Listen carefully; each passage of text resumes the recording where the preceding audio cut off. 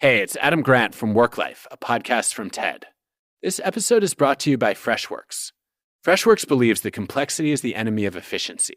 So stop wrestling with bloated, expensive service software that takes forever to implement an update, where ROI is someday, not today.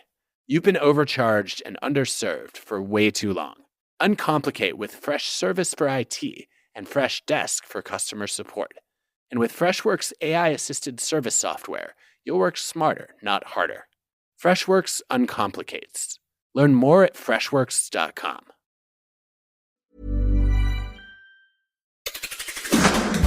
7 things you don't really need to know, but probably should.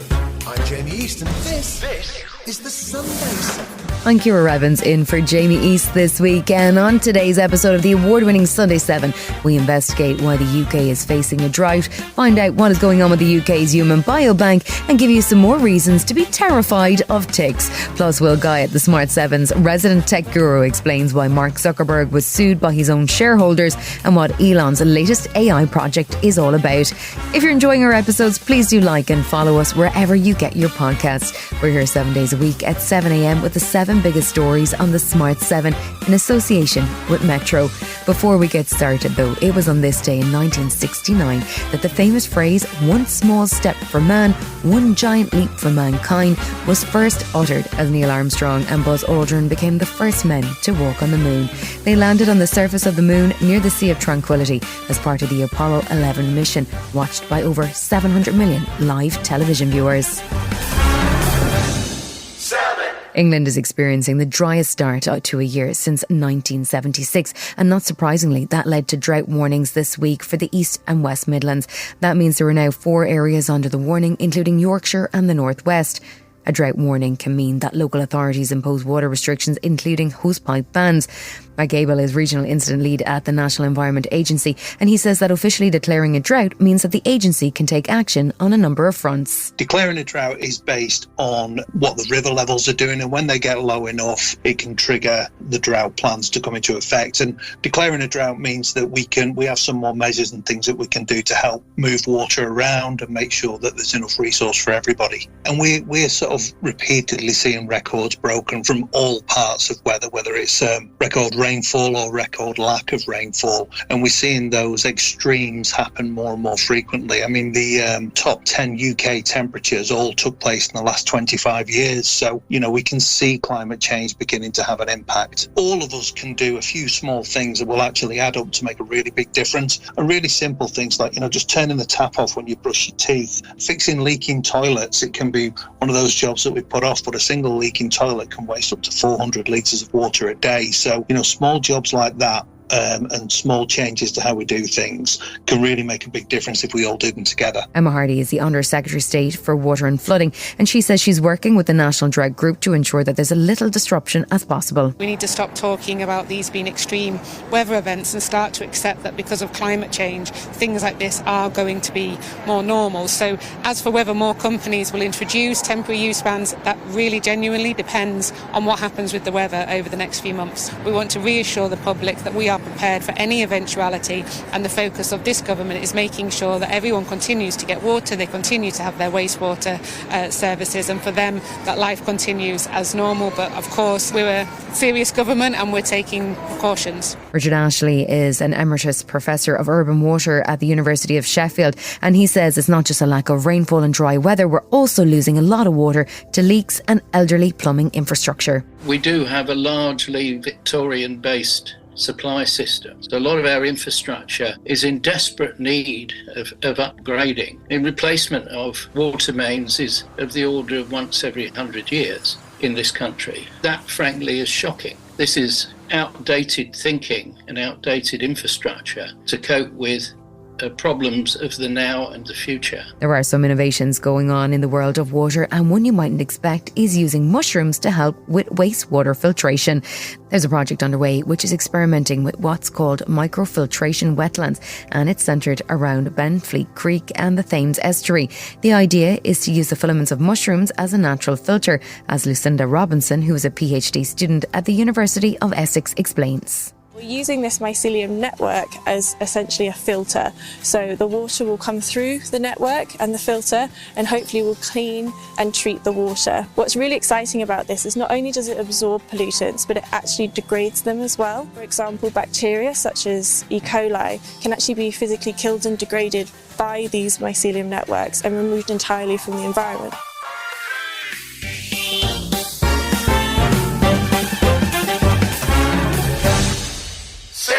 It's been another busy week in tech, from Elon's new creepy/sexy AI bots to WeTransfer facing a public revolt over the new terms and conditions. So it's obviously time to download the latest wisdom from the Smart 7's tech guru, Will Guyatt. Hey, well, I guess in the world of tech, you know things aren't going particularly well when your own shareholders threaten to sue you. That's what Mark Zuckerberg's been facing, right? This was all about Meta's shareholders saying enough was enough when it came to how executives at the company handled privacy violations, particularly by Facebook. In total, they were looking for a cool $8 billion from Zuckerberg and former number 2 Sheryl Sandberg. And in short, they say the actions of Zuckerberg and others led to the infamous Cambridge Analytica scandal, where millions of Facebook users' data was leaked and used by a political consulting firm, and, depending on your view, may or may not have actually caused Brexit. They were looking for this $8 billion in damage. Now, it's unclear how much they agreed to settle for. Seconds before the trial was about to go into day 2, lawyers announced that Zuckerberg had settled. 8 billion seems like a pretty large number. How did they get to that amount? That was the total amount of fines they believed the company had settled from other previous legal cases that were aimed at Mark Zuckerberg and his previous number 2, Sheryl Sandberg, with a little bit of administration on the top. Now, this was settled by Zuck and his legal team, so there's absolutely no chance whatsoever they will ever have received the full $8 billion. But because it's been settled for this undisclosed amount, it means the argument was never legally tested and the floodgates can't open for similar legal cases. 9D chess is in full effect here. And data transfer giant WeTransfer made headlines this week. What went on? Loads of us use WeTransfer on a daily basis, but imagine the surprise of the internet when the company tried to slip some ridiculous new terms and conditions into its operation. Essentially, if you kept using the platform after their introduction, WeTransfer would be able to train AI models from other businesses on whatever you shared on the platform. Basically, anything you uploaded to WeTransfer would be read, copied, and then parroted by AI models around the world until the end of time. Now, given WeTransfer is used by creatives worldwide and the work of graphic designers, video creators, and others are being stolen by AI, this was definitely a step too far. It seems crazy that they thought people would be okay with what seems like postmen opening your letters, right? It really does, and it's crazy that companies think they can just slip stuff like this in. So many businesses are now attempting to profit and get the most from using data that they have on their platforms for so-called AI training or stealing your content. So please, please, please keep your eyes peeled. We have a couple of AI stories this week. Tell me about the AI band that got themselves 1 million plays on Spotify. Velvet Sundown. They'd released 2 albums to the platform and got a load of plays, and then it was disclosed they weren't even remotely real. It's caused a huge debate. Is AI-generated music allowed on Spotify? And if it is, how should users be told? Lots of industry experts reckon sites like Spotify should be legally obliged to tell us if it's AI-generated. The whole situation got even weirder when there was a denial first from the virtual band, when rumours first began, which ended with a weird statement that sounds like it was generated by ChatGPT, when the band admitted they were not quite human, not quite machine, living somewhere in between. Now, I've listened to Velvet Sundown, and without sounding like a pensioner barking at a current trend, people will listen to any old shit if this literally got 1 million plays. And Elon's been busy with AI with his new bots. What's going on? Less than a week on from Mecha Hitler, Musk's chatbot Grok now has 2 characters you can train to become your own 2025 Tamagotchi or something like that. They claim they are the first of many, and being Musk and X, of course these characters are living on the edge. They're pretty badly behaved though, right? The whole situation feels a bit unnecessary and controversial for controversy's sake. It's a bit like me turning up at a vegan barbecue with a big dripping sirloin steak. Annie, the female chatbot, leans heavily on a genre of Japanese anime called waifu and serves up a flirty schoolgirl-esque character who strips to their underwear if you flirt enough with it and encourages you to unlock a not safe for work mode. Within hours, there were a number of creepy men of all ages engaging with Annie like it was their girlfriend. And to make matters worse, users of any age on X can access Annie and the slightly fruity content she suggests. The other character is called Bad Rudy. He's a red panda who wants users to join a gang, follow Russian revolutionaries, poison a town's water supply with hot sauce, rob banks and kill billionaires. Now, in all honesty, it's a bit like a lost 90s cartoon character that never made it past the pilot episode. Only one person finds this funny, and it's Elon Musk. Is this the future we're facing? AI bots who look like Elon's exes? I've long said X is Elon Musk's train set, but now it feels like the whole platform is being built entirely to appeal to Musk and Musk only. His humour, his worldviews and potentially his kinks, but I might be wrong on that last one. Still to come on the Sunday 7 in association with Metro, NASA astronauts splash down on Earth and we check into a human biobank.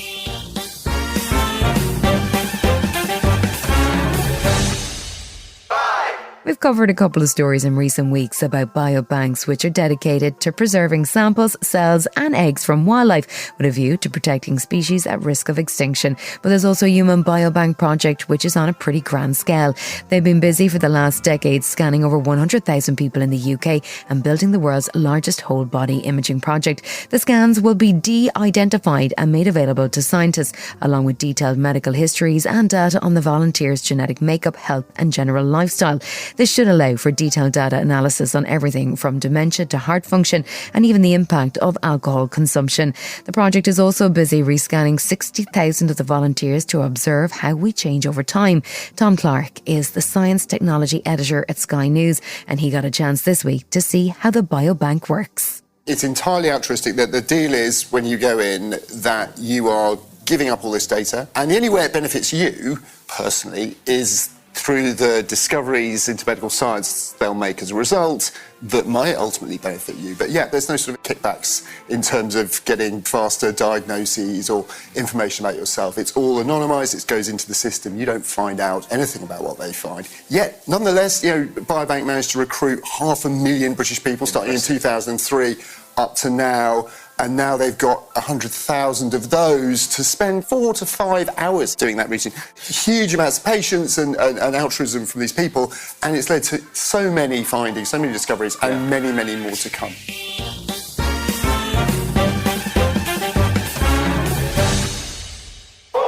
NASA has been going through some things recently. They lost a long-time administrator, Bill Nelson, who had been a driving force for things like the Artemis project under Joe Biden's administration. And with Elon Musk in the Oval Office, there was a plan to change NASA's focus from the moon to a more direct approach to Mars, one of Elon's long-term goals. As part of that, tech CEO Jared Isaacman, who was behind the first commercial spacewalk in 2024, was nominated as the new NASA administrator. But while Elon fell out of favour, so did Jared. Now Trump has appointed Transportation Secretary and former MTV star Sean Duffy as the temporary administrator for NASA, and it's not clear what will happen next. This week saw a NASA crew return to Earth, and there were a number of firsts as they did so. The crew included Peggy Whitson as commander, who's actually a retired NASA astronaut who at 65 years of age has logged more hours in space than any other American and any other woman. And we have splashdown of the AX-4 crew back on planet Earth. Welcome home. And there she is. We see Commander Peggy Whitson, all smiles, exiting the spacecraft grade. And we've got our pilot Shubhanshu Shukla as our second crew member exiting the spacecraft. The crew also included astronauts from India, Poland and Hungary, all completing their country's first international space station missions. ABC News contributor and astrophysicist Hakeem Oluseyi says it's a significant moment. This is huge for India, Poland, and Hungary. These nations haven't had humans in space for decades, and now they have astronauts on the International Space Station. They didn't go through NASA. They didn't wait for Russia. They booked a private flight, and they brought their own experiments. That is a global power flex, right? So basically, Axiom, along with SpaceX, are turning orbital space into open access. Still to come on the Sunday 7 in association with Metro, we learn why we should be terrified of ticks and hear about a heartwarming IVF story. Right after this.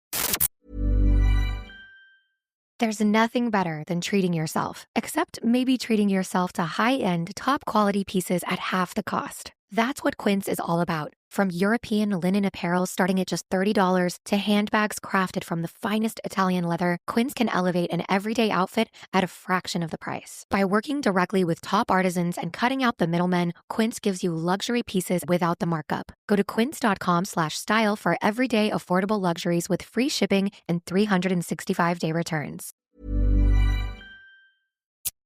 Welcome back.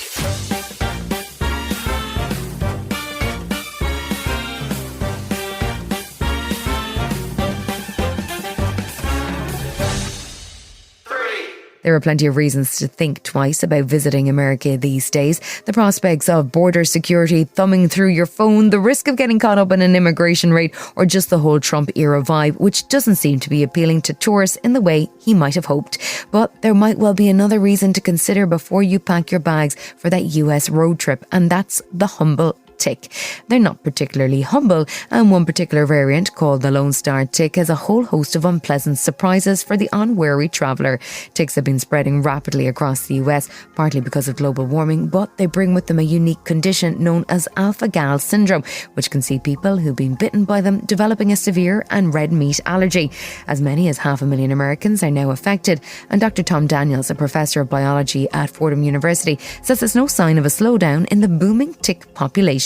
It's been a really hot year for ticks. We're seeing numbers that are generally about 30 to 40% higher than we saw last year, for example. But there's speculation, of course, that one of the reasons we're seeing more ticks, not just the number, but even higher diversity, has to do with global warming, and that certainly is a factor. We're seeing ticks in areas that we hadn't seen them before.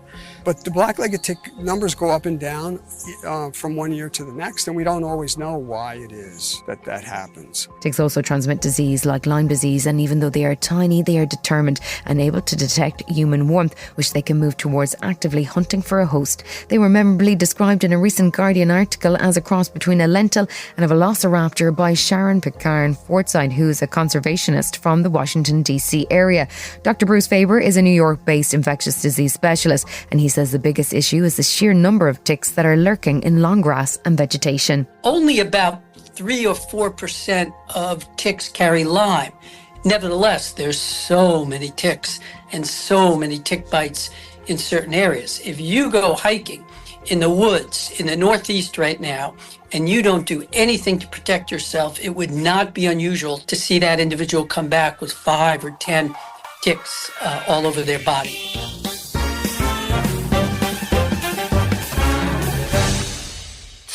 Russia's war on Ukraine has had a devastating effect on Ukraine, not just in terms of destruction of cities and the economy, but in terms of the death toll from the years of Russian attacks.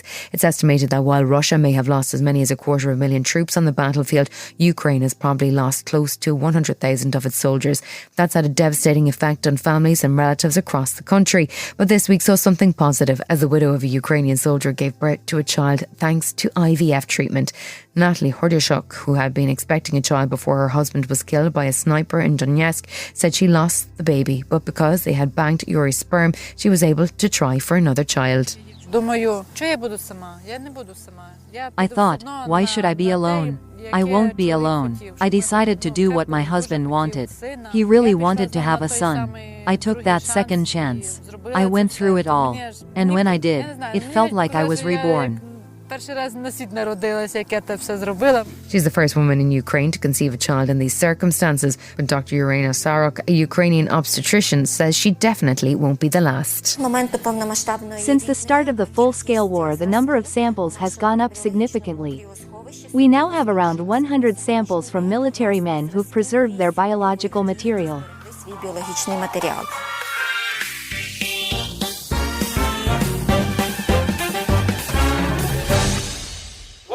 If you're a dog lover, you'll know that one of the hardest things about having a pet is how short their lifespan can be relative to a human's. But an American biotech company called Loyal is hoping to change that. They've been working on a pill that could help to extend lifespans for dogs, and it's already received preliminary approval from America's Food and Drug Administration. Dr. Amit Atwal is one of 70 vets who has been participating in the study, and he's been impressed by what he's seen so far, but he's not sure yet how much of a difference the pill will make. So that's what we're actually currently studying with this 5-year-long long trial is exactly how much time we can get, but we're hoping for at least 1 year of very good quality life. Dr. Dana Varble is the Chief Veterinary Officer for the North American veterinary community, and she says that it's truly a unique project. The idea of creating medication that can change the aging process is really revolutionary. And I'll tell you why. We don't have it coming for humans. So the fact that this is being pursued and being pursued very actively is really remarkable. This has been the Sunday 7. Wherever you're listening, do us a favour and hit the follow button. We'll be back tomorrow at 7 a.m. with the regular Smart 7. Have a great rest of your weekend. Written, produced and published by Daft Doris. There's nothing better than treating yourself, except maybe treating yourself to high-end, top-quality pieces at half the cost. That's what Quince is all about. From European linen apparel starting at just $30 to handbags crafted from the finest Italian leather, Quince can elevate an everyday outfit at a fraction of the price. By working directly with top artisans and cutting out the middlemen, Quince gives you luxury pieces without the markup. Go to quince.com/style for everyday affordable luxuries with free shipping and 365-day returns.